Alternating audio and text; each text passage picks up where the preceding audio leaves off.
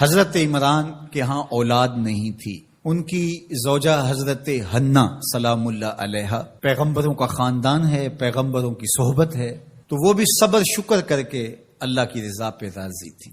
گھر کے صحن کے اندر دوپہر کے وقت چارپائی بچھائے ایک درخت کے نیچے قیلولہ کرنے لگی تو ایک منظر دیکھا کہ درخت پر ایک چڑیا نے گھونسلہ ڈالا ہوا تھا اور اس نے بچے دیے ہوئے تھے۔ وہ کہیں سے اڑ کے جا کے دانا اٹھا کے لاتی اور بچہ چونچ کھولتا اور ماں اس کی چونچ میں دانا ڈال دی۔ چڑیا کے بچے کے ساتھ چڑیا کی محبت کو دیکھا تو حضرت حنا کا دل چوٹ کھا گیا اور بارگاہ ازدی میں عرض کی، مالک تو نے جانوروں کو بھی بچے دیے ہیں اور وہ ان سے پیار کر رہے ہیں، تیرے دربار میں کیا کمی ہے اگر تو مجھے اولاد عطا کر دے۔ دل چوٹ کھا گیا، دل کی اتھاہ گہرائیوں سے دعا نکلی، عرش تک جا پہنچی۔ اللہ نے حضرت حنا کو کرم نوازیوں سے مالا مال کر دیا۔ حضرت حنا نے کہا، اے اللہ جو میرے بطن میں ہے میں تیرے گھر کے لیے اس کو وقف کرتی ہوں۔ جب ولادت کے لمحے آئے تو حضرت حنا زوجہ عمران نے بیٹی کو جنم دیا تو پریشان ہو گئی کہ مالک یہ تو بیٹی ہے، میں نے تو اس کو مسجد اقصی کے لیے وقف کیا ہے اور وہاں سارے مرد ہیں، ایک لڑکی جب جوان ہوگی تو اس کو وہاں کیسے چھوڑ سکوں گی، منت میری کیسے پوری ہوگی۔ بہت پریشان ہوئی منت کی تکمیل کا سوچ کے کہ مالک یہ تو بیٹی ہے۔ آواز آئی، پریشان ہونے کی ضرورت نہیں حنا، جو تو نے بیٹی جنم دی ہے ایسے تو بیٹے بھی نہیں ہوتے۔ اس بیٹی کا نام کیا رکھا گیا؟ مریم سلام اللہ علیہا۔ بیٹی جوان ہو گئی تو منت یاد آئی کہ اب اس کو بیت المقدس میں ہم نے وقف کرنا ہے۔ پریشانی ہوئی کہ اب 300 حجرے ہیں جن میں مرد ہی مرد ہیں، ایک تنہا عورت کیسے وہاں رہے گی؟ تو یہ سوچا کہ کوئی بوڑھا بزرگ ہو جس کی کفالت میں ان کو دیا جائے تو وہ ان کی دیکھ بھال کرے، ضروریات کو پورا کرے۔ تو بہت سارے لوگ اس سعادت کے لیے تیار ہو گئے۔ پھر قرعہ ڈالا گیا، قرعہ فال نکلا حضرت زکریا علیہ السلام کے نام۔ اللہ کے جلیل القدر پیغمبر اور رشتے میں خالو بھی لگتے تھے، کہا یہ سعادت میرے ذمہ رہی، اور چونکہ ان کے ہاں بھی اولاد نہیں تھی انہیں کہا ٹھیک ہے ہم اسے بیٹی بنا کے اس کا خیال رکھیں گے۔ حضرت زکریا علیہ السلام نے ایک حجرہ مختص کیا حضرت مریم کے لیے اور ان کی ضروریات کو پورا کرتے، کھانا دیتے۔ جب کہیں جانا ہوتا تو حجرے کو باہر سے تالا لگا کے چلے جاتے، افطار کے وقت یا رات کو گئے ہیں تو سحری کے وقت پھر آ جاتے۔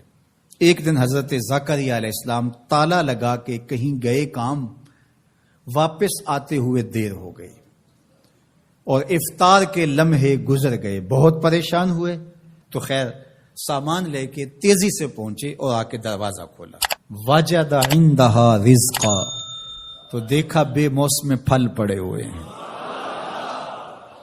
حیرت تو یہ تھی کہ پھل ہیں، دروازہ مقفل ہے، باہر سے کوئی اندر نہیں جا سکتا، اندر سے کوئی باہر نہیں آ سکتا، پھل کیسے آئے؟ پہلی حیرت تو یہ، پھر پھل بھی بے موسم۔ قال یا مریم ان لک ھذا، اے مریم یہ کہاں سے آئے؟ قالت ھو من عند اللہ، کہا یہ میرے اللہ کی طرف سے آئے، یہ مجھے میرے رب نے دیے ہیں۔ ان اللہ یرزق من یشاء بغیر حساب، وہ جس کو چاہتا ہے بغیر حساب کے عطا کرتا ہے، اس کے لیے کوئی مشکل نہیں ہے۔ جو ماں کے پیٹ میں بچے کو رزق دیتا ہے، انڈے میں چوزے کو رزق دیتا ہے، وہ حجرہ مریم میں مریم کو رزق نہیں دے سکتا؟ اب حضرت زکریا علیہ السلام کا ذکر آپ نے سنا کہ ان کے ہاں اولاد نہیں تھی، اور عمر کتنی ہو گئی تھی؟